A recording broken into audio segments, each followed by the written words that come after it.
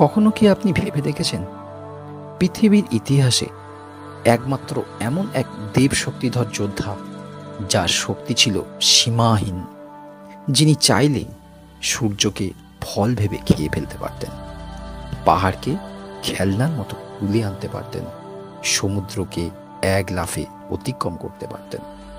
কিন্তু আশ্চর্যের ব্যাপার কি জানেন? এই অসীম শক্তিধর বীর নিজের শক্তির কথায় বেমালুম ভুলে গিয়েছিলেন। হ্যাঁ, মহাবীর হনুমান, যাকে আমরা শক্তি আর ভক্তির প্রতীক মানি, তিনি নিজে জানতেনই না যে তার ভেতরে কি ভয়ঙ্কর শক্তি ঘুমিয়ে আছে। কিন্তু কেন এমন হলো? কেউ কি তাকে অভিশাপ দিয়েছিল, নাকি দেবতাদের গোপন কোনো পরিকল্পনা ছিল এর পেছনে? রামায়ণের পাতায় লুকিয়ে আছে এই অবিশ্বাস্য রহস্যের উত্তর। আজ আমি আপনাদের কাছ থেকে মাত্র 5টা মিনিট চাই। আগামী এই 5টা মিনিটে আপনারা জানতে পারবেন হনুমানজির শক্তি কিভাবে বিস্মৃত হল, কেন তিনি নিজের শক্তির কথা ভুলে গেলেন, আর এর ভেতরে লুকিয়ে থাকা সেই মহা রহস্য। আজকের গল্পে আমরা উন্মোচন করব সেই অজানা অধ্যায়, হনুমানের বিস্মৃত শক্তির রহস্য। হনুমানজি ছিলেন বায়ুপুত্র, পবনদেবের সন্তান। জন্ম থেকেই তিনি অদ্ভুত প্রতিভাধর। তার শারীরিক শক্তি, বুদ্ধি, সাহস আর অতি প্রাকৃত ক্ষমতা অন্য কারোর সঙ্গে তুলনীয় ছিল না। শিশু অবস্থায় একদিন তিনি আকাশে উদিত সূর্যকে পাকা লাল ফল ভেবে খেয়ে ফেলতে দৌড় দেন। তখন দেবতারাও আতঙ্কিত হয়ে ওঠেন। যদি এই বালক সূর্যকে গ্রাস করে তবে সৃষ্টির নিয়ম ভেঙে যাবে। রাগে দেবরাজ ইন্দ্র তার বর্জ্য দিয়ে হনুমানের চিবুকে আঘাত করেন। তিনি অচেতন হয়ে মাটিতে পড়ে যান। এই দৃশ্য দেখে হনুমানের পিতা পবনদেব ভীষণ ক্ষুব্ধ হন। তিনি সারা বিশ্ব থেকে বাতাসকে প্রত্যাহার করে নেন। ফলে প্রাণী জগৎ শ্বাস নিতে না পেরে কাতরাতে থাকে। বিশ্বজগৎ যখন প্রলয়ের মুখে পড়ে, তখন ব্রহ্মাদেব, ইন্দ্র, যম, বরুণ, অগ্নিসহ সকল দেবতা এসে পবনদেবকে শান্ত করতে বাধ্য হন। তারা হনুমানকে অসংখ্য আশীর্বাদ দেন। ব্রহ্মাদেব তাকে মৃত্যুহীনতা দান করেন। অগ্নিদেব তাকে আশীর্বাদ করেন, আগুন তাকে কখনো ক্ষতিগ্রস্ত করতে পারবে না। বরুণদেব আশীর্বাদ করেন, জল কখনো তাকে বেঁধে রাখতে পারবে না। যমদেব তাকে আশীর্বাদ করেন, মৃত্যু কখনো তাকে স্পর্শ করতে পারবে না। বায়ুদেব তাকে আশীর্বাদ করেন, তার গতি হবে অপ্রতিরোধ্য। ভগবান বিষ্ণু, শিব এবং অন্যান্য দেবতারা একে একে তাকে অসীম শক্তিধর বানিয়ে দেন। এর ফলে অতুলনীয় এই শক্তি পেয়ে ছোট্ট হনুমানজি দিন দিন অতি দুষ্টুমি শুরু করেন।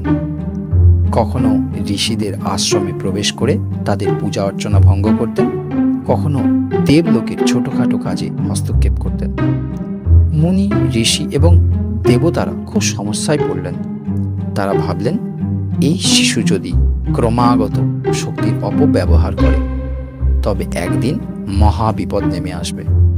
কিন্তু তারা তাকে অভিশাপ দিতে চাননি, বরং হনুমান ছিলেন দেব শক্তির ধারক। তাই তারা এক অদ্ভুত সমাধান বের করলেন, বররূপী বিস্মৃতি। ঋষি মুনিরা হনুমানকে এক বিশেষ বর দিলেন। তিনি নিজের অসীম শক্তির কথা ভুলে যাবেন। শুধুমাত্র তখনই তিনি তার ক্ষমতা প্রকাশ করতে পারবেন যখন অন্য কেউ তাকে তার সেই শক্তির কথা স্মরণ করিয়ে দেবে। এটা কোনো অভিশাপ ছিল না, বরং ছিল দেবতাদের এক ধরনের কৌশল। এর ফলে হনুমান সাধারণ জীবনের মতন আচরণ করতে লাগলেন, আর তার শক্তি তখনই জেগে উঠত যখন মহৎ কাজে তাকে প্রয়োজন হতো। মাতা সীতাকে রাবণ অপহরণ করেছে। তাকে খুঁজতে বানর সেনা সমুদ্রের ধারে এসে দাঁড়িয়ে আছে।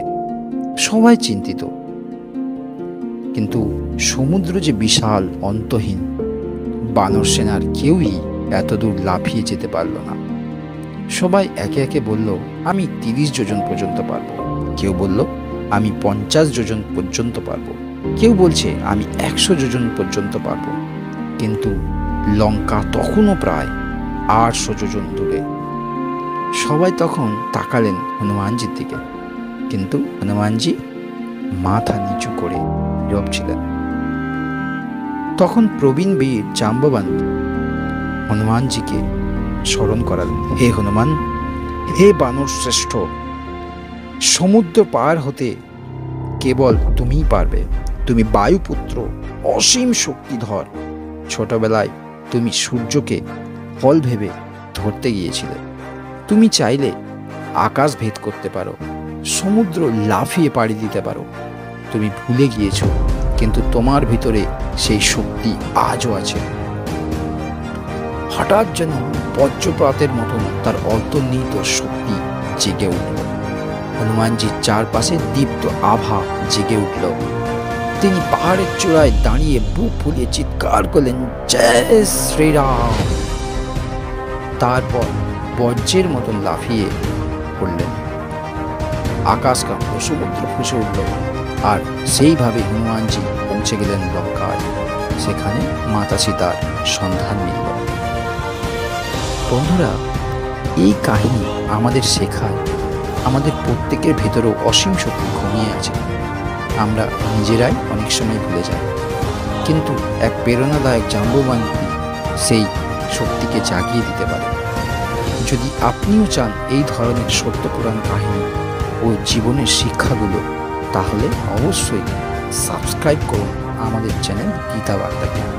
আর আপনার সমর্থনে আমাদের আরও এগিয়ে নিয়ে যাবে। হনুমানের এই বিস্মৃত শক্তির গল্প আসলে কোনো কল্পনা নয়। এটা আমাদের শেখায় শক্তি কখনো হারায় না, কেবল বিস্মৃত হয়। আর ভগবানের নাম, ভক্তি ও সঠিক প্রেরণায় সেই শক্তিকে জাগিয়ে তোলে। মনে রাখবেন, শক্তি আমাদের ভেতরেই আছে, শুধু জাগিয়ে তুলতে হয়। আর ভগবানের নামেই সেই শক্তি জেগে ওঠে। রাধে রাধে, জয় শ্রীকৃষ্ণ।